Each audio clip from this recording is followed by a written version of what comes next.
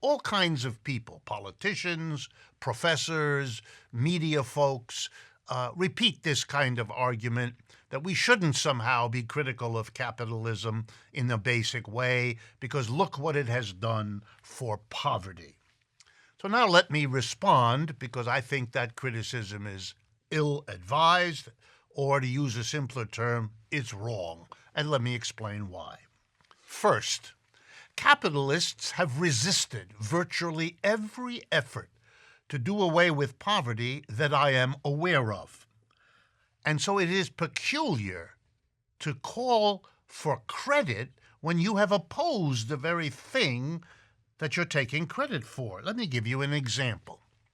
The capitalists in the United States opposed minimum wages when they were passed 75 years ago and consistently ever since, right till this minute. The Republican Party has worked very hard, unfortunately with good cooperation from many in the Democratic Party, to keep minimum wages from being raised, even at the minimum rate of inflation.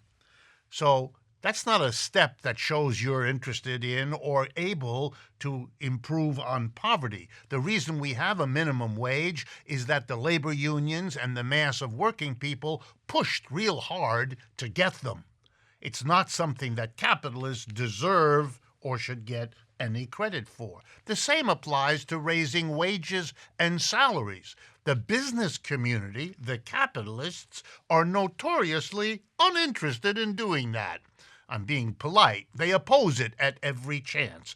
If confronted with rising wages that workers have managed to get, you know what they do? Yes, of course you know what they do. They move jobs out of the country to where wages are cheaper, don't they? They bring in immigrants who are desperate in order to give them jobs at lower money, and if none of those strategies work, they replace people with machines. This is not a way to avoid poverty. This is a way to guarantee it.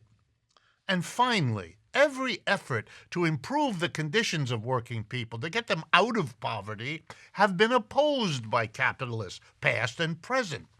When Franklin Roosevelt, under the pressure of unions and working people, set up the Social Security system in the 1930s, you know who opposed it? Let me tell you. The business community, the chambers of commerce, all of the capitalist class, with a few exceptions, were dead opposed. And in case you think that's ancient history, let's go to modern France. Starting in December of last year, the French people went out, millions of them, to protest what?